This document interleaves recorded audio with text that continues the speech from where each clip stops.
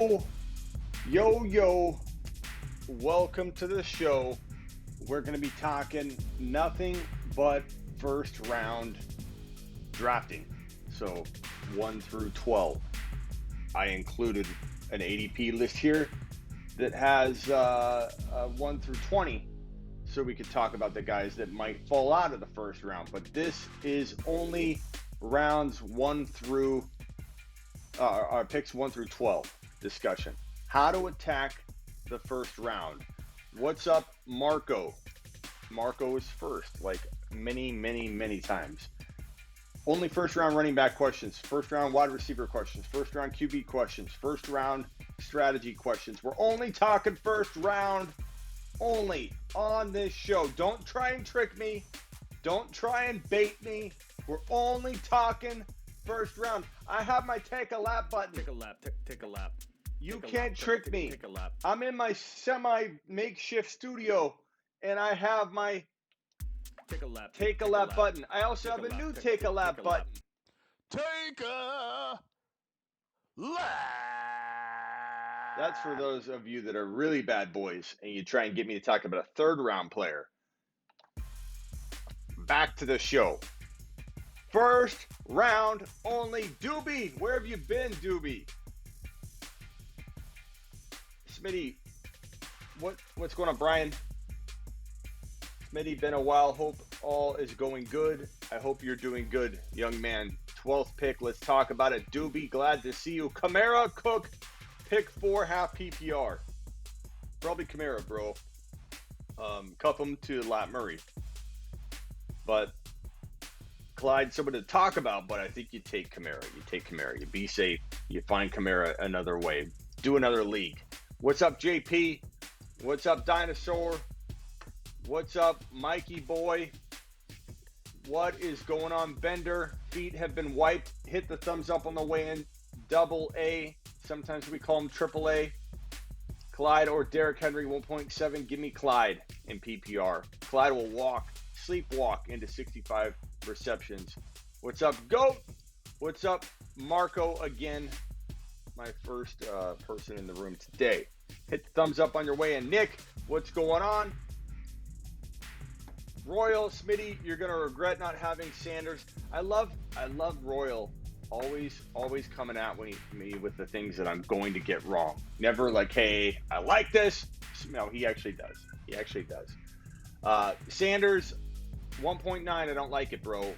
2.11, 2.10, 2.12. I like it. I don't like Sanders at 1.9. I don't like Sanders as my first drafted player. I've never come out of a draft. Not that I've really done it. I've never watched or evaluated somebody do it where they've gotten Sanders at 1.9 and I'm like, damn, your team's loaded. I don't like Sanders built teams at 1.9. Kamara relies too much on receptions, but dude, he gets 81 a season.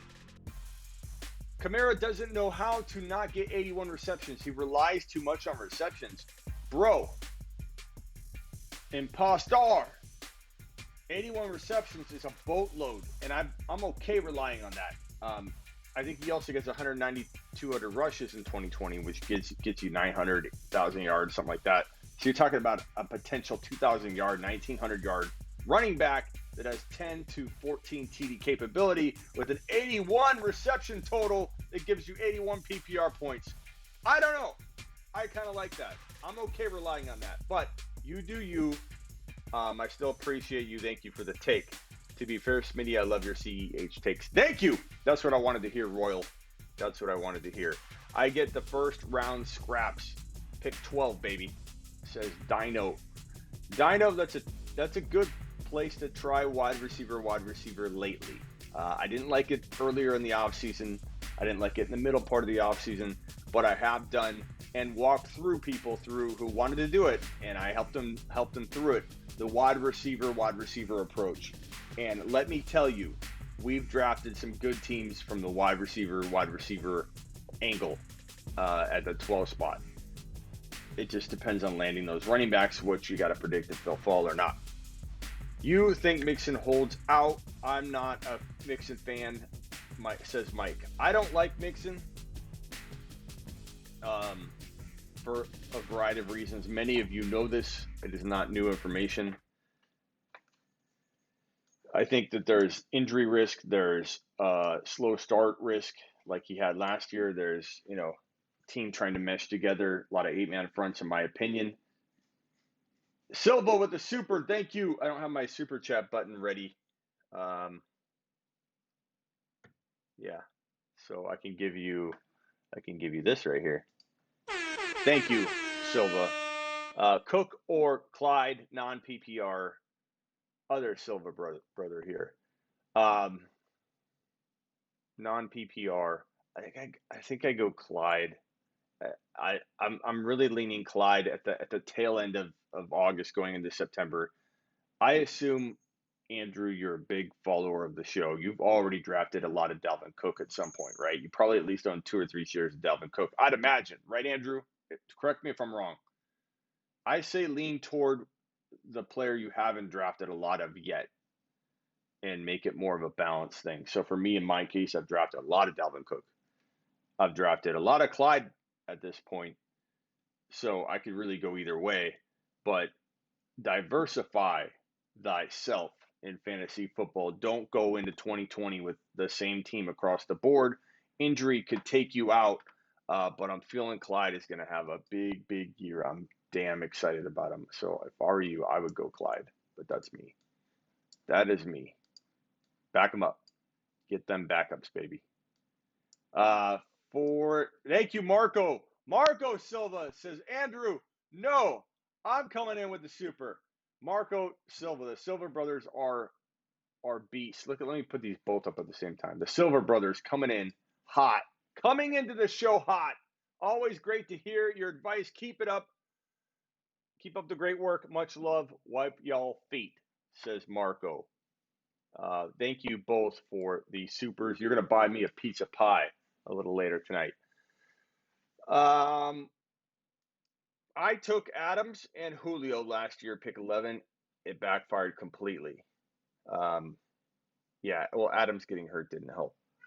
I usually stay away from the wide receiver. I have stayed away from the wide receiver in 2020 until recently. It's starting to look more appealing, but kind of more appealing with the Mike Thomas and Hopkins approach.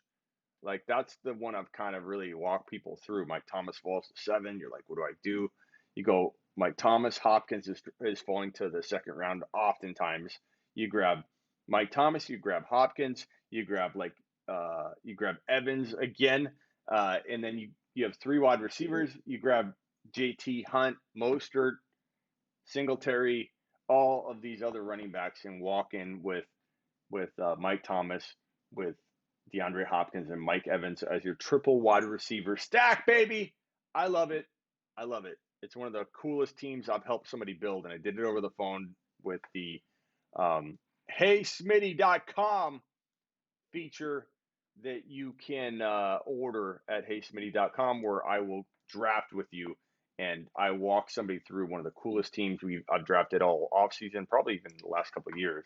And it was Mike Thomas in the first, Evans in the second. Hopkins in the second, Evans in the third, JT, AJ Brown, then I think Kareem Hunt, then Mostert, then Tom Brady. Freaking love it. So let's talk about this right here. Wipe your feet on the way in. I have 44 eyeballs and only 12 thumbs up. Wipe them feet. Take a lap. To the 28 of you who have not yet, thumbs up. Thumbed up. Thumbs up. Thumb up. Christian McCaffrey. If you've got the 1.1, let's walk through the first round. If you've got the 1.1, you're not going wrong going McCaffrey. You're not going wrong going Barkley. I think you are going wrong if you avoid one of those two and take like Elliott or somebody else. I don't even consider going anybody else but McCaffrey and Barkley. And if I have the 1.1, I say this a lot. If I have the 1.1 in 2 different leagues, I'll probably go Barkley in one and go McCaffrey in the other. I'm going to mix it up. I'm not going to put all my eggs in one basket. And that even as it relates to the first pick. I mean, with Barkley and McCaffrey, It just makes sense not to have one injury take out two of your teams, and both are that good. Now, where it gets tricky, and you can see it right here, Elliott's dropped to 4. I don't know why. I don't know why. Is it because of COVID? Um, he dropped to like 5 or 6. Is this the lingering effects of COVID and the ADP data isn't great? I've noticed that ADP data is off this offseason. I don't know if everybody's sleeping at the wheel. I don't know if COVID took out all these companies that have, rankings and data, because look at this data right here. Who is standing out? I think there was a player here that did not make sense. Like Aaron Jones isn't going at 18 anymore. Hopkins is falling. That's true. Who was somebody else that didn't belong? I guess everything else is kind of caught up, because as of yesterday, I think Clyde was a lot lower. So I would say this is actually looking better today than it did yesterday. So good news. Good news. ADP data is maybe catching up, but Aaron Jones doesn't belong at 18. I don't think people are taking him there. Clyde climbing up to number 5. No, number 6 overall. No, number 5. His ADP is at 1.06, but he is number 5 on this list right here. He's tied with Cook and Mike Thomas, I guess you could say.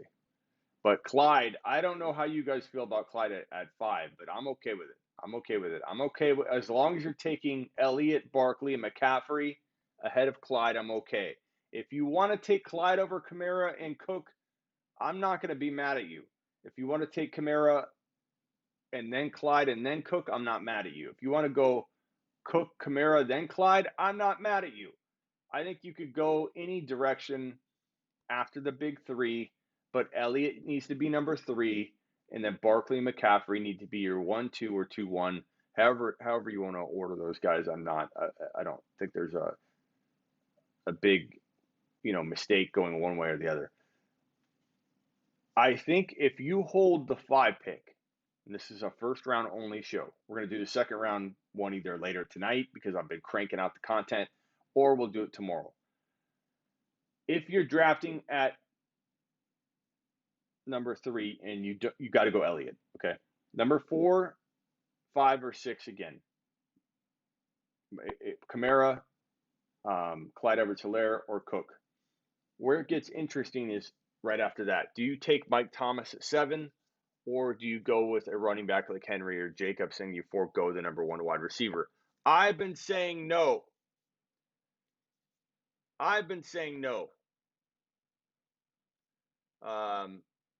All in on Clyde. Damn straight Bender. Put your comment on screen, bro. Where is this data coming from? This particular data is from Fantasy Football Calculator, and they seem to have updated it finally, because it was, as of yesterday, I believe it was not showing as accurate as it looks now. Smitty, how would you rank the running backs from Henry to Aaron Jones? So let's get to that right now. So I think right now I've got this like cat hair from this cat over here in my eye. I think I do consider Mike Thomas more now than I did earlier in the offseason, only because of the way. How do I get this cat hair? I can see it. Damn thing. I didn't like. I was going Jacobs, almost every time when I got to the Mike Thomas range, because I wanted to have that running back, and then I wanted to have Godwin. I wanted to have that running back, and then I have Hopkins. But the way the ADP's been shoving some of the running backs down now, and some of the other players have been creeping up, I'm okay going Mike Thomas here more than I was a month ago. And I think because you can go wide receiver, or you could go Mike Thomas, Mahomes, and still get Jonathan Taylor, still get Kareem Hunt. Hunt's been falling a little more than usual. Mostert feels pretty comfortable later on as your running back too, if you want to go in that direction. Mark Ingram's been falling to a comfortable space because of the way JT's been playing. I'm sorry, JK.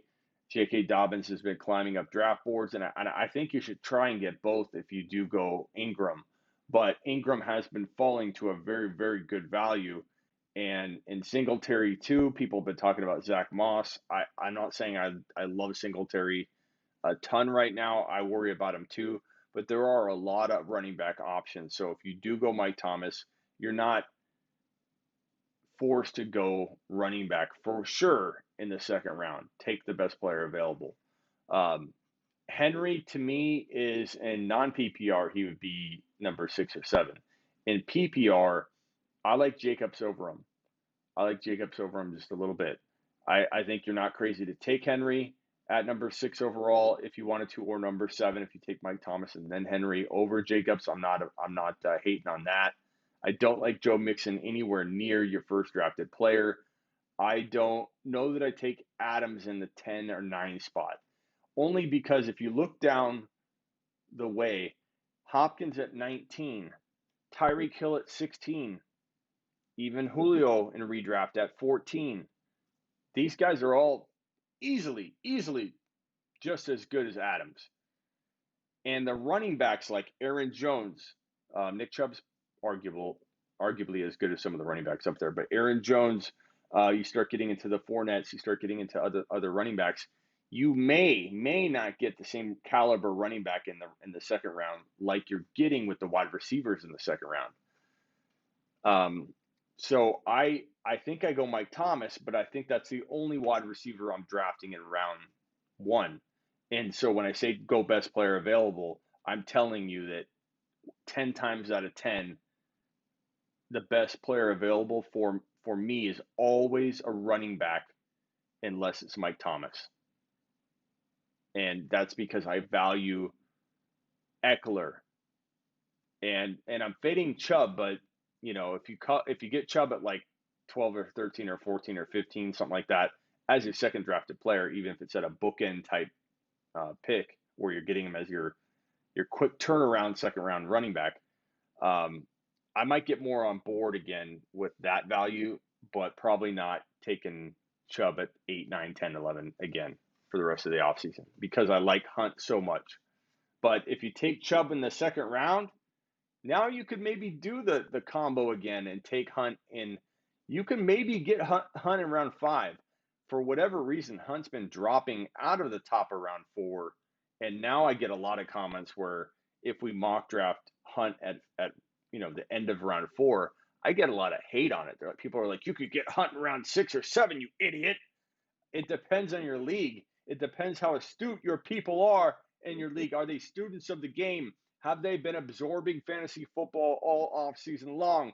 If they have, then they know. They know that Hunt has a higher value. You've got to take Hunt higher. Look at Double A with the pizza donation. Thank you, Double A. Where's my sound? And this goes for the other Silva brother that I didn't play that for.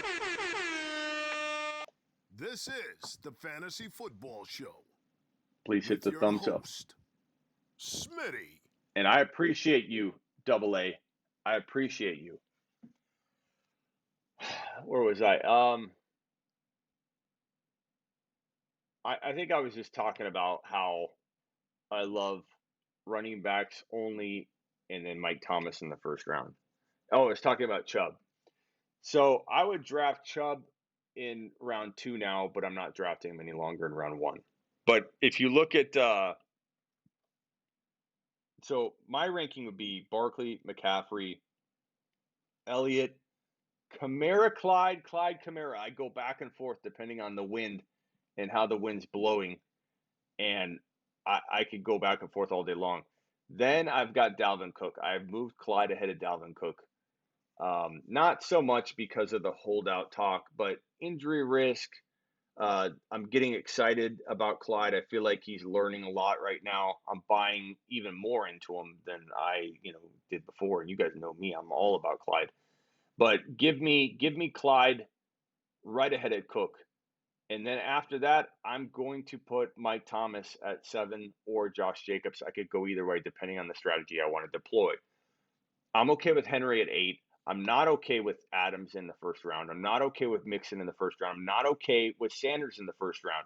So you might have been like, Smitty, you're following the whole ADP. You're not even giving us any content. I just dropped 3 straight players of change on you. I don't want you guys drafting Adams at 10 because you can get Hill and Hopkins later. Get that running back. Get Jacobs and Hill. Don't go Adams and then Aaron Jones. Don't go Adams and somebody like that. You can go Adams and Hopkins, Adams and Hill. If Adams is your guy, he's your number 2, and you're okay going wide receiver in the second round, which is where the value kind of is turning and swinging if Eckler's not there, if Drake's not there. And those two are falling too. So another reason why I'm kind of getting on board of the Mike Thomas drafting in the first round, only Mike Thomas.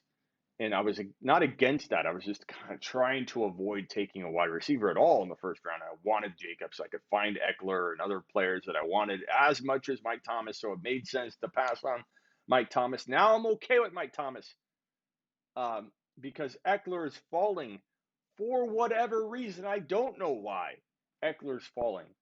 Drake in the walking boot is going to knock him down to 18 to 22, 25. You might see Drake in a couple of your last minute drafts fall into 3.01 range. And that would be a steal. He's got all kinds of risk protection built into 3.1 value. I hope Drake falls all the way to 3.1.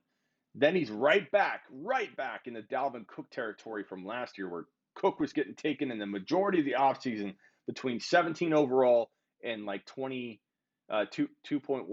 so like 24 overall. So 17 to 24, that was where Dalvin Cook lived for a majority of the offseason last year, and he won a lot of us leagues because of the way he played from that spot, the low risk he held from that spot. Thanks again, Double A. I am going to use this for a pizza pie that I may do. I may get that Sunday night. I can't go right now, working on the studio, and I have people in here doing stuff, and I can't leave the premises right now.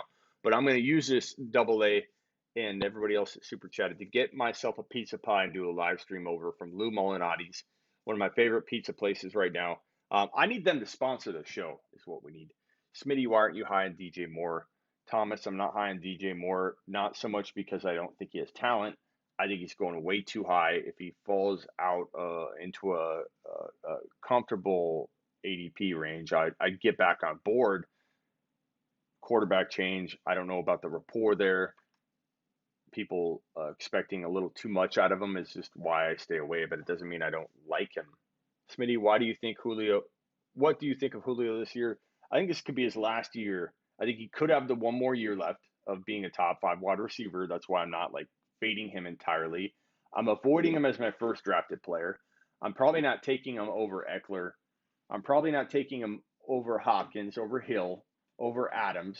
And then I find myself missing out on drafting him entirely. I don't think I have one share of Julio Jones, and it's because I'm playing it a little bit safe, and a little bit means I'm drafting him after those guys. And I think that's okay. I don't think there's anything wrong with waiting till the 5th or 6th wide receiver is about to go off the board when you start contemplating Julio, or 7, like you go Godwin over Julio. I'm okay with that. I'm not going to think that's horrible. So it's not that I'm fading him or hating him or thinking he's for sure going to not be, a top 5 wide receiver. I think he's got it for one more year, but I think, there's risk that he could drop off at any moment. He's entering his 32-year-old season, or is he 31 right now? I always forget how old he is at the moment. I think he's 31. So when you enter your 32 age season, you're typically in a very risky territory for drop off. Now, you could say, oh, he's Julio, or you could say he's got a foot problem that he's kind of avoided getting, having get worse. And at some point it might get worse. It's not like his foot is recovered and he's out of the woods. Like, he literally has foot pain and has popped up on the injury report for the last couple of years with foot pain constantly, whether he's missed games or not. So don't give me that, oh, he's been healthy, he's played games. Like, his foot is still concerned. So I don't hate Julio. I just feel like he's got one good year left. If you've got him in Dynasty, Try and sell high now. If you can't sell high now wait for him to have a couple big games. Then consider trading for a very quietly as good player like Godwin or Mike Evans or somebody like that that can give you a little bit more time. Because I think 1 year from today, Julio's price tag will be, you won't be able to get near as much. Uh, so if I'm taking out Adams, if I'm taking out Mixon, I'm taking out Sanders, who am I moving up? What three players am I moving up into the first round? Eckler. Um, this is tough because, I want to say Drake is going to fall and you don't even need to take him at even 11 or 12 anymore. It's tough because on paper, I do feel like, Hill and Adams are deserving to be brought up here, but I'd rather take the running back. I don't know. I don't know what I'd do if Jacobs was gone. I don't know what I'd do at 12 if Henry, Jacobs, and Eckler were all gone. Eckler typically isn't. So Eckler usually is my 12 pick. Now I'm okay going Eckler and Hopkins, Eckler and Hill. But Eckler is locked and loaded into my top 12. I love Eckler in 2020. Eckler has done nothing but prove he's the real deal. Eckler has never been leaned on uh, to the tune that he's about to be leaned on, and I don't think they're going to overwork him. I think he's going to get 200-300 more rushing yards on the year. That will help wash any kind of loss he has in the PPR game. If you want to say that Rivers is better for him, and Rivers leaving is going to cost him some PPR work. Well, you know what? He's going to get that back in freaking rushing, rushing touchdowns, rushing yards. And I think here's what I tell people that say that they won't draft Eckler because it's laughable to me. I understand if you want to predict that he'll get hurt or something like that. I mean, at least that's an argument you can have. I know that injury prediction is tough, but everyone has a right to predict injury. Everyone has a right to be concerned about something. But when they talk about like him just not doing well, it's pretty laughable to me because he's done nothing but produce. Nothing but produce.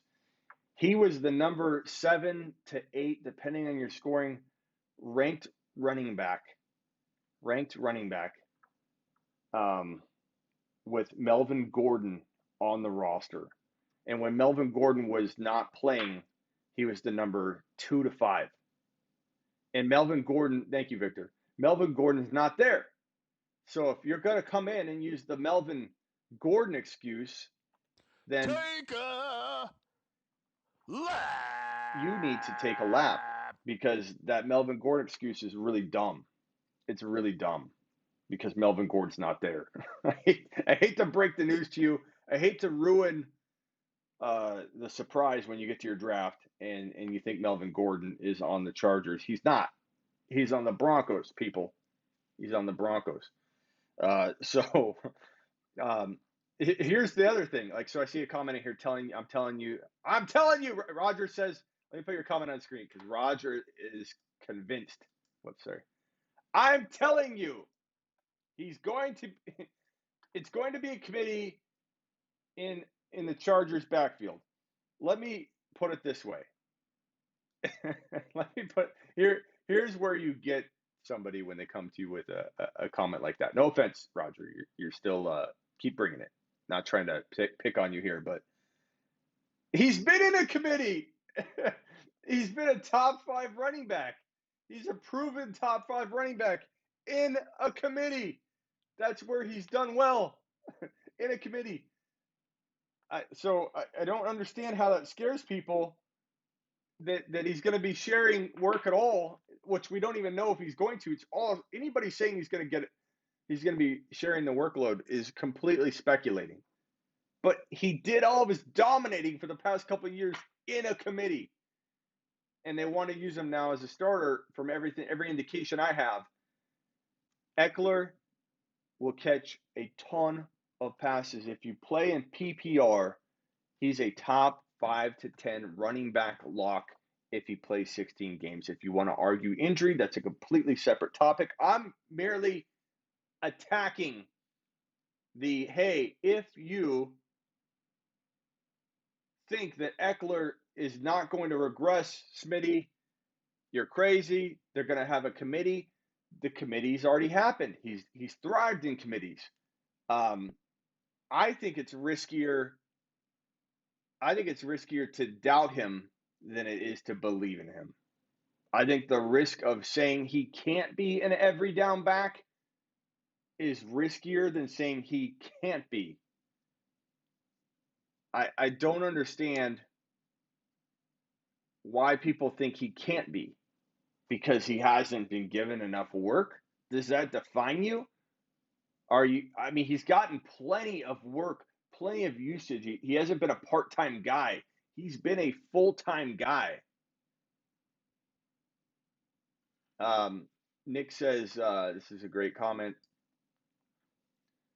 I haven't fact-checked it, but I believe Nick is correct here. Eckler had 3 rushing TDs last year. They all came in the 4 games Melvin Gordon was out. Now Melvin's gone. That's what I'm talking about, bro. TD guy. 12 to 15 TD guy.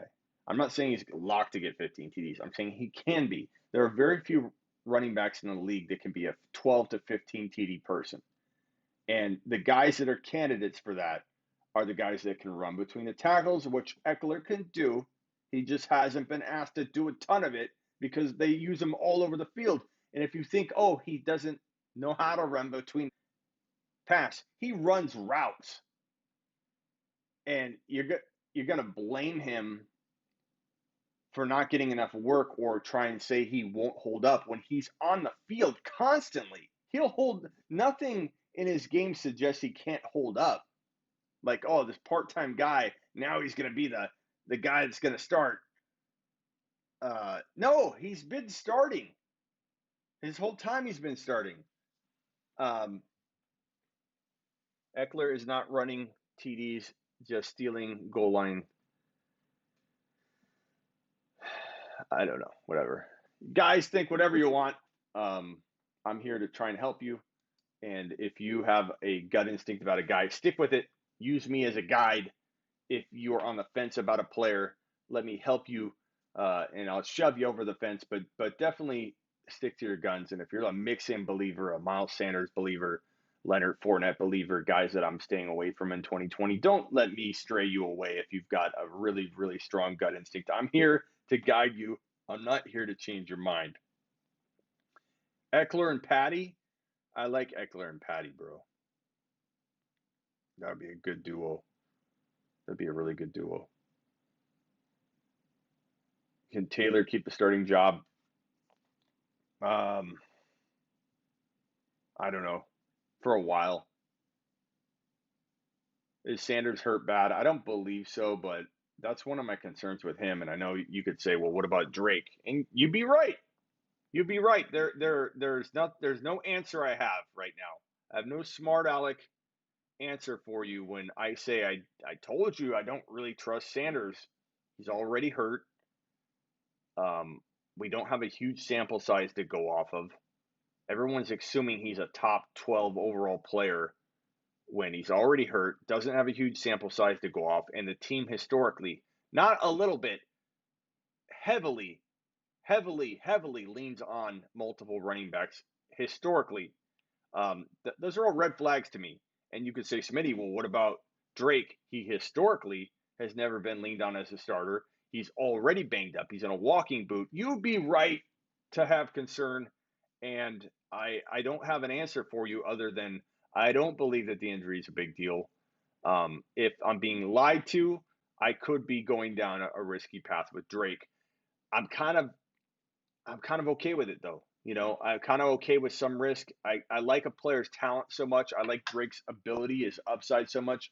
I'm willing to roll the dice differently. It's like playing a game in Vegas. You know, will I roll the dice more at a slot machine or at a blackjack table, or even if you think the odds are hard to predict, but you have a good feeling, or you can control a few things, at least analysis wise, in our case, in this scenario, I might roll the dice more, and I am, with a Drake than I would a Sanders. And you can't equate the two. You can't just go Smitty because Sanders is hurt and Drake is hurt. You have to view these things as the same thing. I don't.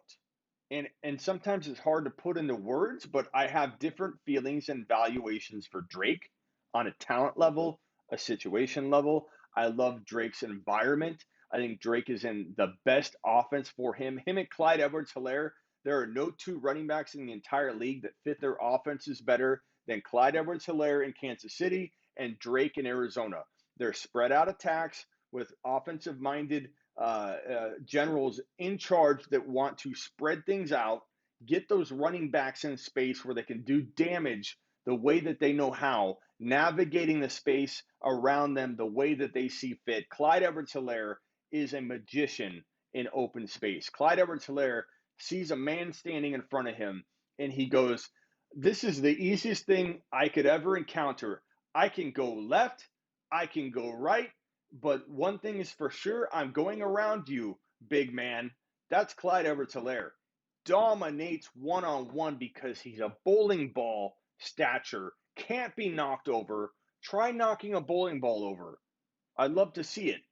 And his low center of gravity puts him in a position where all he's got to do is make this big human being standing in front of him, one person, maybe another guy 10 yards, 12 yards that way. He'll worry about that player later. Clyde Edwards-Helaire puts just a little sizzle on his step and makes that guy slide right by him, because you got to get a direct hit on a bowling ball to stop it from rolling.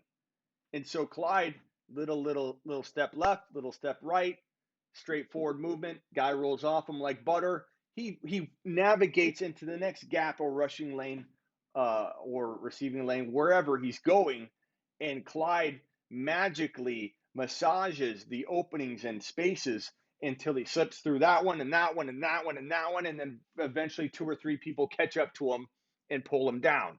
That's Clyde Edwards-Helaire. That is explaining how that man moves through open space. He couldn't be a better fit in that Kansas City offense. He played with the best quarterback in college football, on the best team, you could argue, in college football, in the best offense, you could argue, in college football.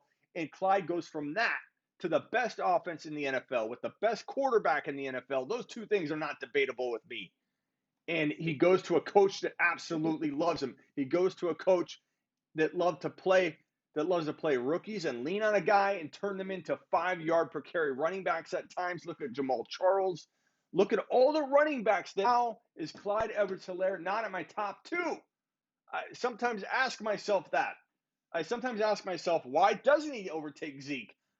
Is it because I don't want to lose followers by getting too crazy? I don't know. Sometimes I wake up and I wonder why I'm not. Drake is like Clyde, amazing navigating open spaces. Drake, like Clyde, in some ways he's like a quicker version. Clyde is a better tackle breaker and juke master and micro movement master.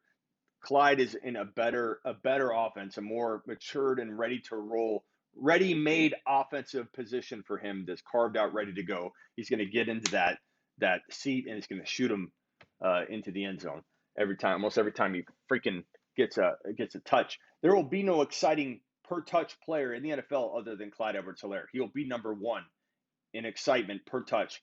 Potentially a 5-yard per carry running back, which does not come along very often, but they do. And they do in Andy Reid's offense because of how he deploys his running back, how he spreads out his attack, and all of the weapons. What are defenses going to do?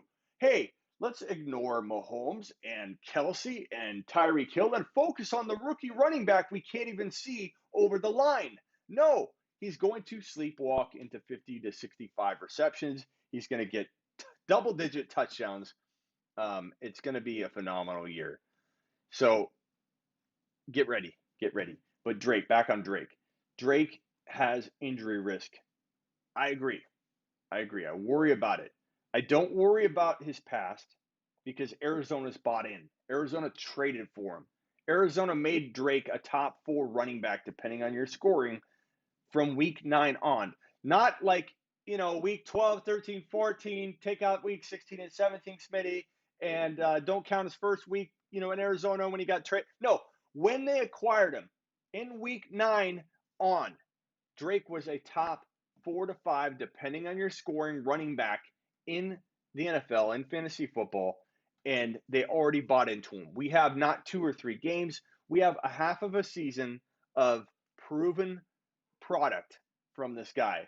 We know what we're getting with Drake. We know that the Cardinals want to feed him the ball. We know that the offense is perfectly built for him. We're not wondering if Drake is going to fit and mesh well. We're not worried about Drake's pass protection or the fact that will they use him in the PPR game and the rushing. We don't have any unknowns at all. What we know about Drake is that if he's healthy, he's a top 5 to 10 running back. We know that if he's healthy, he's going to dominate. We know that he'll probably get more as he's learned the offense PPR work too. I think Drake is very undervalued in PPR. He got a lot of targets, but in terms of his stats, he didn't have the best receiving totals ever. He did okay. He did good. He showed promise. Drake is going to thrive in the PPR game. Drake will more than double what he did all year long in the PPR game, I think, in Arizona in 2020 with a full offseason to learn things. They love Drake. Make no mistake about it. Edmonds needs to be cupped. But Drake is I would say, still a top 12 pick to me. I like Eckler. I like Drake. If for whatever reason a draft unfolded in a way that all the guys I've named, so Barkley, McCaffrey, Elliott, Clyde, Dalvin Cook, and then Mike Thomas, Henry, Jacobs, Adams, and let's say Mixon didn't go in the first round. Let's say Sanders didn't go in the first round. Let's say Adams didn't go in the first round. Then I have to pull from the second round to tell you who I would be comfortable drafting. And if you pull in Eckler, you pull in Drake, and you don't pull in anybody else, you're looking at one player missing from that top 12. And it kind of has to be a wide receiver. I've been telling you I'm not comfortable taking a wide receiver other than Mike Thomas in the first round. But if it unfolded that way, I might try the wide receiver from the 12 and 13 if it didn't fall my way. If Eckler was gone, Drake was gone. But that's probably near 0% going to happen in most situations because I see Eckler going way past 12. Maybe not way past 12, but 12, 13, 14.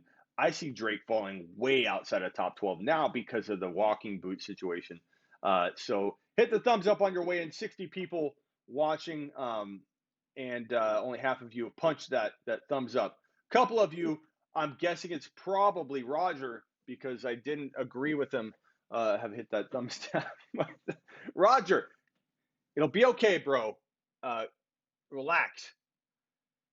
18, 12. What are we talking about in the chat? Let's move on from whatever discussion we're having with that. That's my first round breakdown. That's me walking you guys through the first round. What I would do. I go running back unless it's Mike Thomas. I almost never find myself in a situation where I have to take a wide receiver other than Mike Thomas. If I take Mike Thomas, I'm really tempted to go Mahomes or Lamar or go wide receiver. And as I told you, I walked through one of my followers using heysmitty.com. He purchased a 1-hour draft session with me, and you can too. Book me for your draft. And I walked him through going wide receiver. And the dude had the sixth team I've helped someone draft in a long time.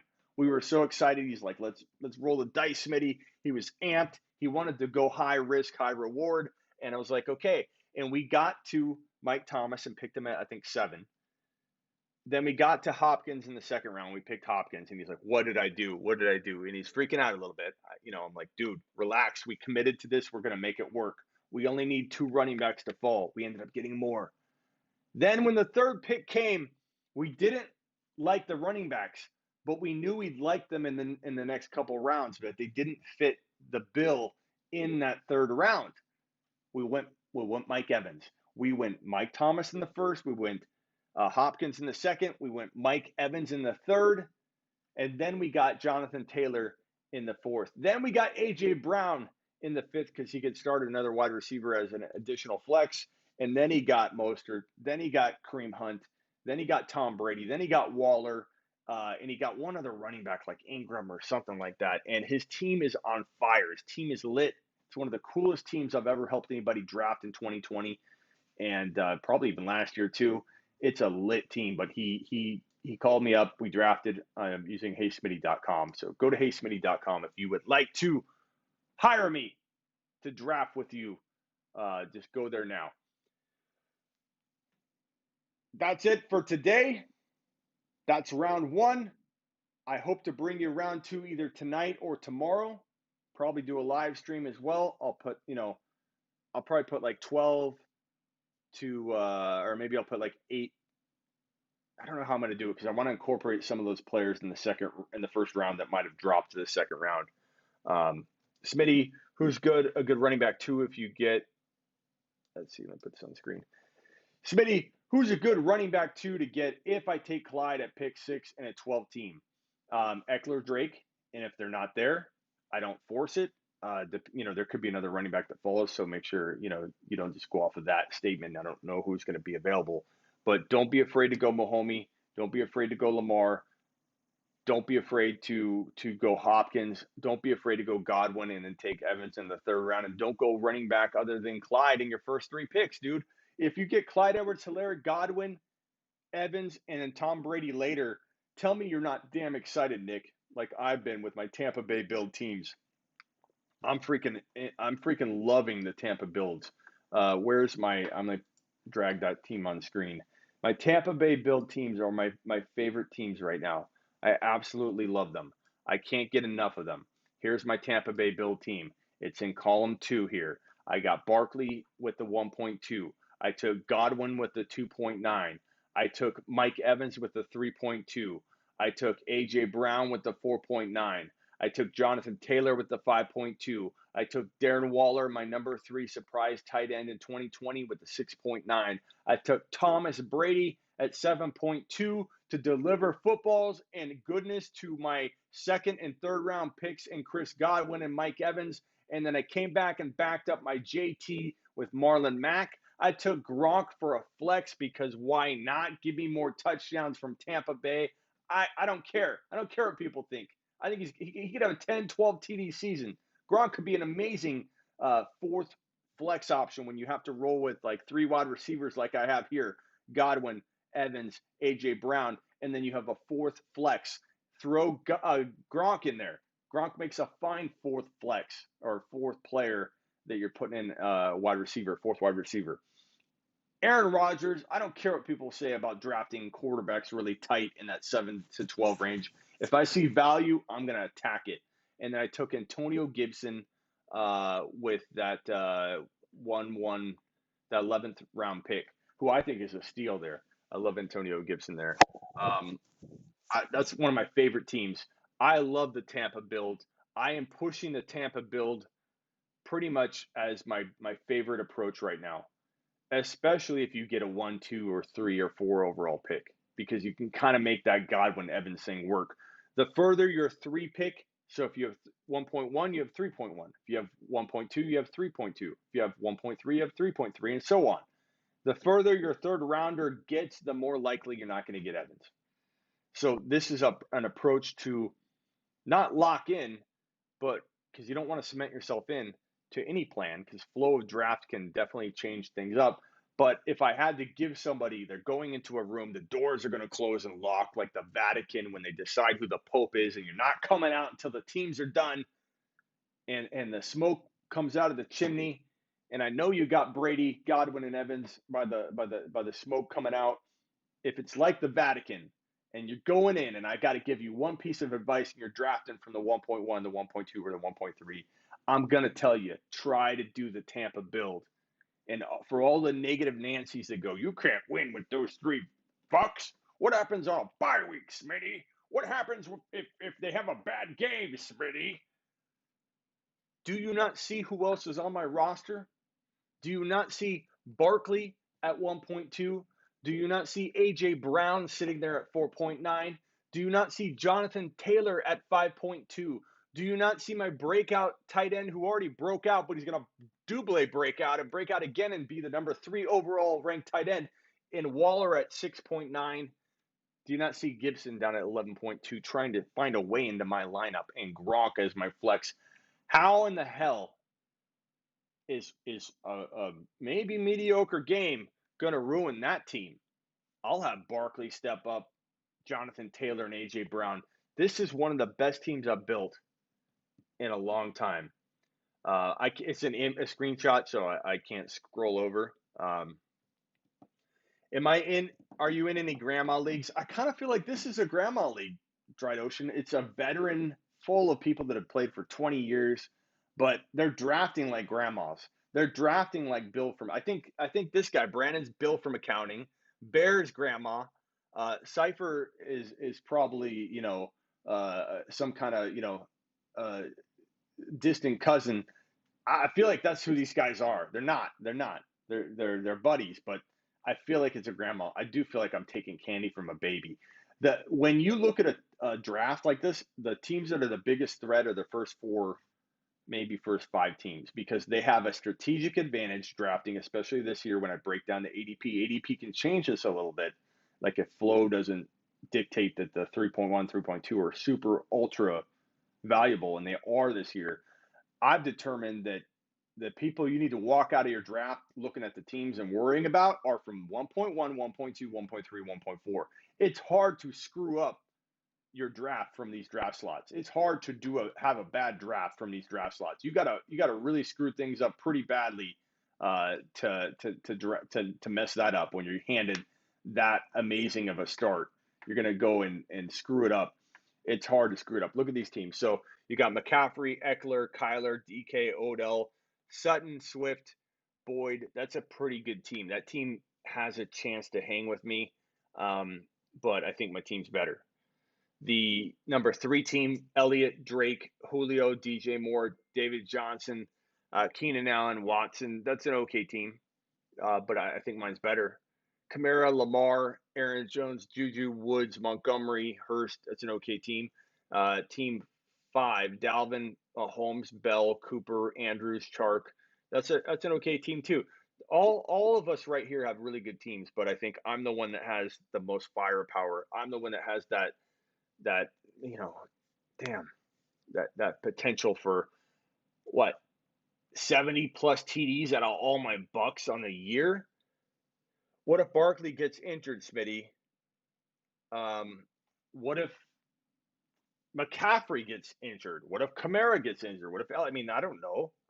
Anybody could get injured, but if Barkley got injured, I still could probably hang.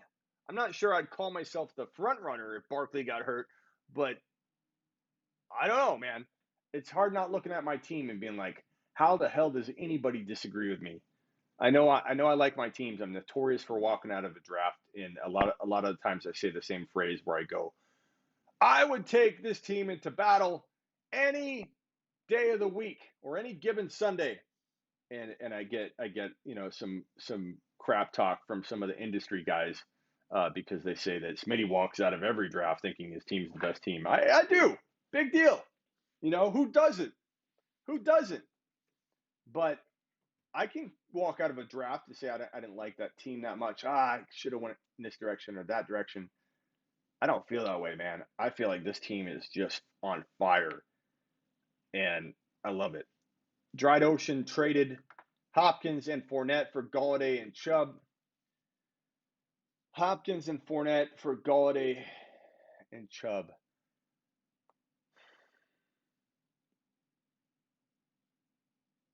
I probably like the Golladay and Chubb side more, but I think you need Kareem Hunt. If you have Kareem Hunt already, good for you, and I think that trade was pretty damn good for you.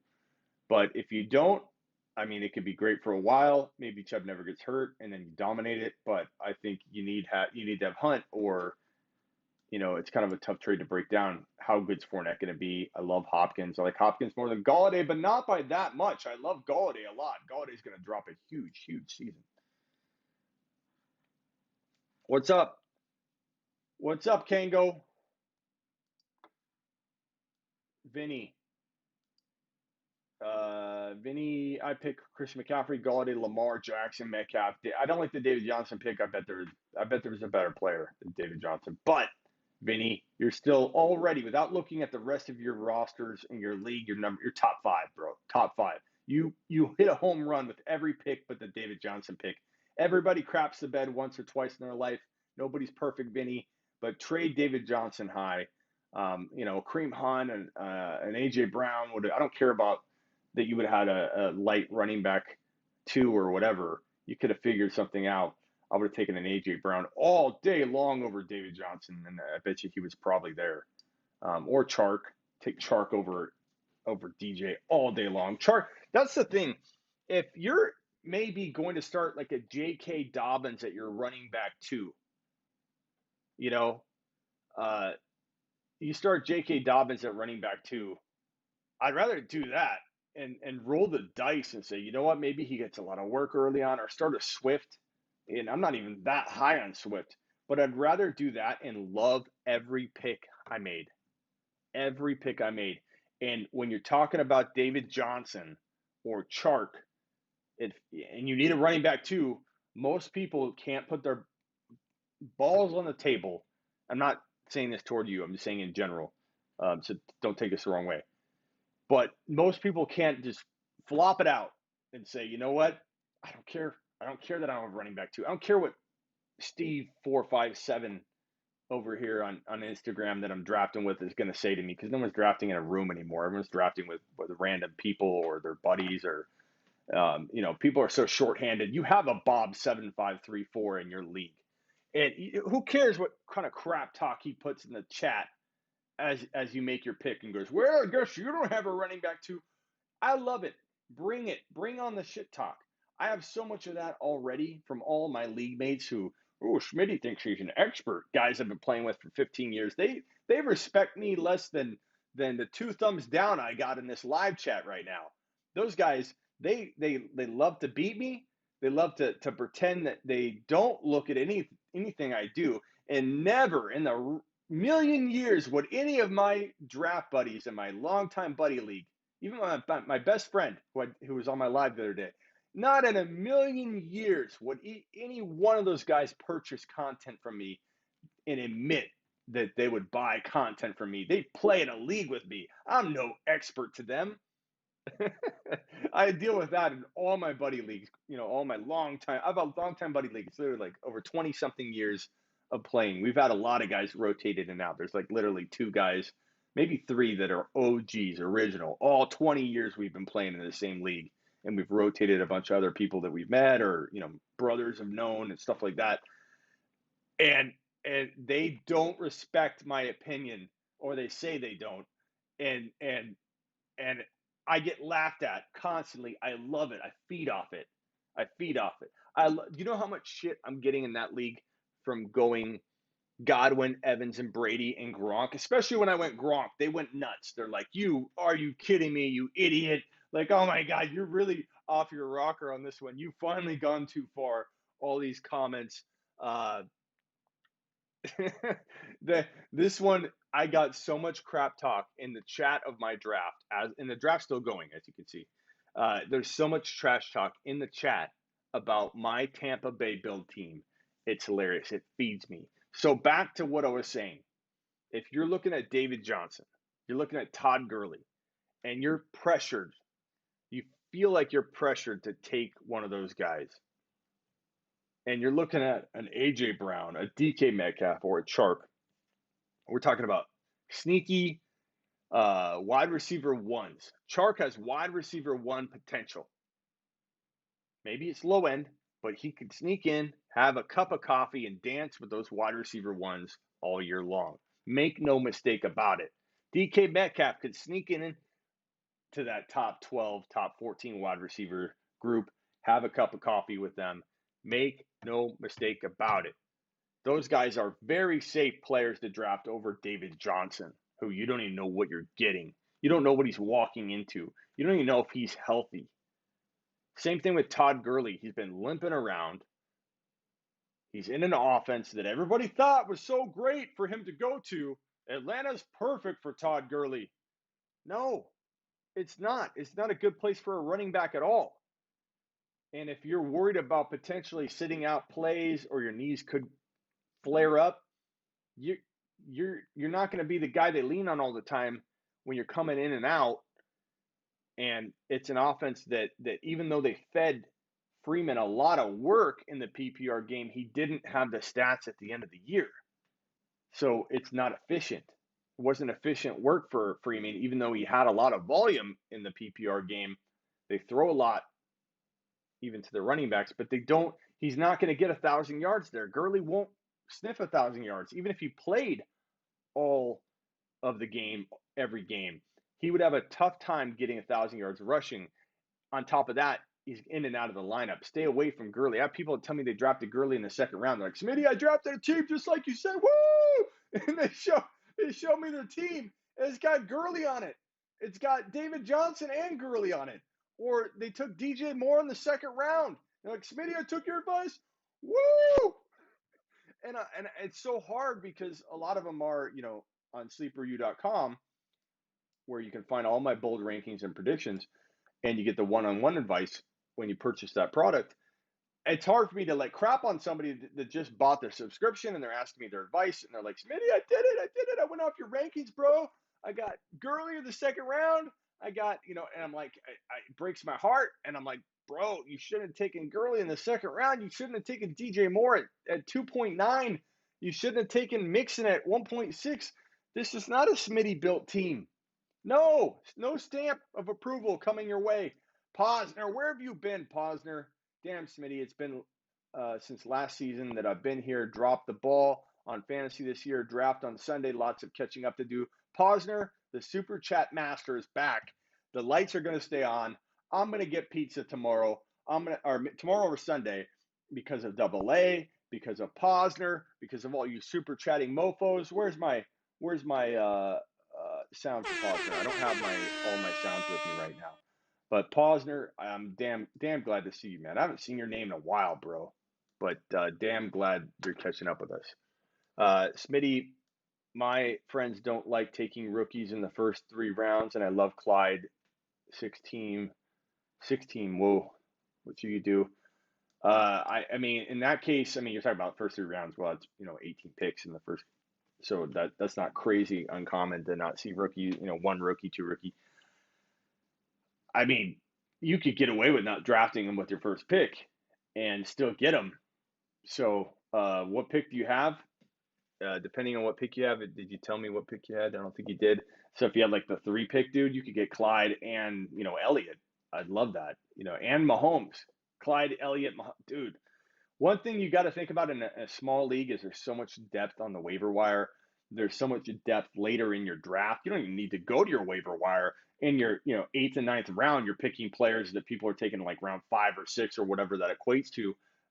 Trade your picks if you can. Trade 2 players for 1. Trade up in your draft, and get Mahomes, an extra Evans on top of your Elliott and Clyde Edwards-Helaire by trading 2 of your mid-range picks for 1 third rounder or whatever. That's the advantage of dominating a small league, is you understand the value is going to be there for you to scoop up and field a team. Everyone's stacked in a 6 and 8 team league. Everyone. And everybody's got a player on their bench that's probably potentially top 10 at their position. So trading 2 for 1 in an 8 and 6 man league is the key to dominating everybody. So go make some trades. Mark Cleveland wants to participate in the pizza eating tomorrow or Sunday. And I'm getting a pizza pie from Lou Molinati's. I'm going to eat that son of a bee right on the patio, safe, social distancing, doing a live stream. You watch me eat the pie you've bought, and we're going to talk football. We'll probably be on round 2 or round 3 discussions at that point because I'm doing every single round. Round 1 today, we only talked about round 1. We're going to talk about round 2 domination tomorrow or Sunday. Whenever I go get my pizza pie. I didn't get Kareem Hunt. I did get Kareem Hunt, Hayden Hurst, and Hollywood Brown as well. Vinny, that's fantastic. I love Kareem Hunt. Man, that's great. You still got Kareem Hunt. You drafted DJ way too early. Do you see where you maybe could have got like A.J. Brown or another player or like a Waller? I forget if you got a great tight end or not, but Hurst, I don't love Hurst myself like everybody else. But if you got a Waller instead of David Johnson, then you had Kareem Hunt to put Kareem Hunt in there. But that's the only mistake you made, bro. You lit it up at the beginning of that draft. I'm proud to say that you watch my content when you draft a team like that. DJ Moore, bust all day, says Kango. And I do like DJ Moore at a certain value level, but nowhere near the second round. All right, people. I'm out of here. I appreciate all the super chats, Mark, all you guys that tossed them in at the end. Posner, you're the man, Posner. Let me scroll up through the super chats and thank every one of you. My studio is almost ready. I wish I could switch over to my phone right now and show you. But I could show you a video clip. Let me send that clip over to my computer and then I will share it with you. But the studio is coming along and I'm going to have a super chat board. I'm going to have like a MVP board, a Hall of Fame board for followers and literally, showcase the people that are deserving of being showcased. Not that everybody isn't, but guys like Mark, guys like Double A, guys like Unberger, guys like the Silver Brothers and everybody. Let me go through the super chats here. Silva, Double A, even the guys not super chatting that are always dropping a thumb up or I'm here first, Frake and Nick and all of you guys, man, Jenkins, and appreciate all of you. But here's the studios being built.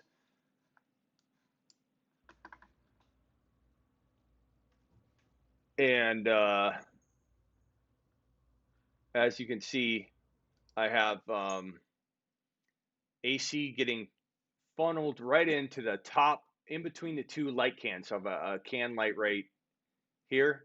So I have a can light there, a can light there, overhead light, and the AC right in between. Big TVs getting mounted on the wall here. I've got blocking for that, blocking for the monitors. I'm going to have just an arsenal of computer equipment and screens everywhere. I'm going to have the NBA Jam in the corner. I'm going to have a pull-up bar right here. It's going to be a lit environment of learning fantasy football, knowledge consuming, and the studio is underway. This is a video as of today. I hope that the sheetrock gets put on today. I hope that the AC is completely done. The AC people were here today making this AC work, and I think we're good to go. And the studio is ready. The studio is ready to roll. Just need to finish it, paint it, make sure all the wiring's right. And we could be looking at 2 or 3 weeks before this bad boy's ready. And the content is going to be through the roof. It's going to be amazing. You guys are going to have so much fun watching from that studio. It's going to be, the content's going to be 10 times better. Don't forget to book me at heysmitty.com. If you want me to draft with you, it's not too late. I will walk you through your draft. We'll have an hour over the phone. You can use it however you want, 10, 15 minutes before, 12 minutes before, 15, 30 minutes before, the whole thing before, the whole thing after, the whole thing during, whatever you want to use that hour for. And we can get you dominating your draft. Appreciate all of you. Take it easy. Later.